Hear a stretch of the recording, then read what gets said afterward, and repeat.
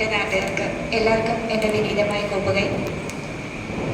എൻ്റെ അച്ഛൻ്റെ ഈ ഒരു അനുസ്മരണ യോഗം നടക്കുന്ന ഈ ഒരു വേദിയിൽ വന്ന് രണ്ട് വാക്ക് നിങ്ങളുടെ മുന്നിൽ നിന്ന് സംസാരിക്കാൻ എനിക്ക് ഒരവസരം വന്നതിനും സർവേശ്വരനോടും ഈ വേദിയിലിരിക്കുന്ന അച്ഛൻ്റെ ഈ ഫൗണ്ടേഷൻ വളരെ മനോഹരമായി തന്നെ ഓരോ വർഷവും മുന്നോട്ട് കൊണ്ടുപോയിക്കൊണ്ടിരിക്കുന്ന ഇതിൻ്റെ എല്ലാ ഭാരവാഹികളോടും ഞാൻ എൻ്റെ ഹൃദയം നിറഞ്ഞ നന്ദി രേഖപ്പെടുത്തുകയാണ്.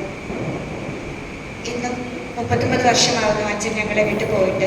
പക്ഷേ ഇന്നും ജനഹൃദയങ്ങളിലും അച്ഛൻ്റെ നാട്ടിൽ ഇത്രയും പേരായാലും കുറച്ച് പേരുടെ ആയാലും ആ ഒരു സമയത്ത് വന്ന അദ്ദേഹത്തെ ഓർക്കുന്നതിനും അതിന് വേണ്ടിയിട്ട് ആ ദിവസം എല്ലാവരുടെ മനസ്സിലേക്ക് മുകളിൽ മങ്ങാതെ എത്തുന്നതിന് വേണ്ടിയിട്ടും നമ്മുടെ foundation, especially Gangadharan sir, Kaladharan sir, ഇതിൻ്റെ എല്ലാ ഭാരവാഹികളും എടുക്കുന്ന ഒരു എഫോർട്ട് ഒരിക്കലും അതൊരു ചെറിയ കാര്യമായിട്ട് ഞാൻ കാണുന്നില്ല.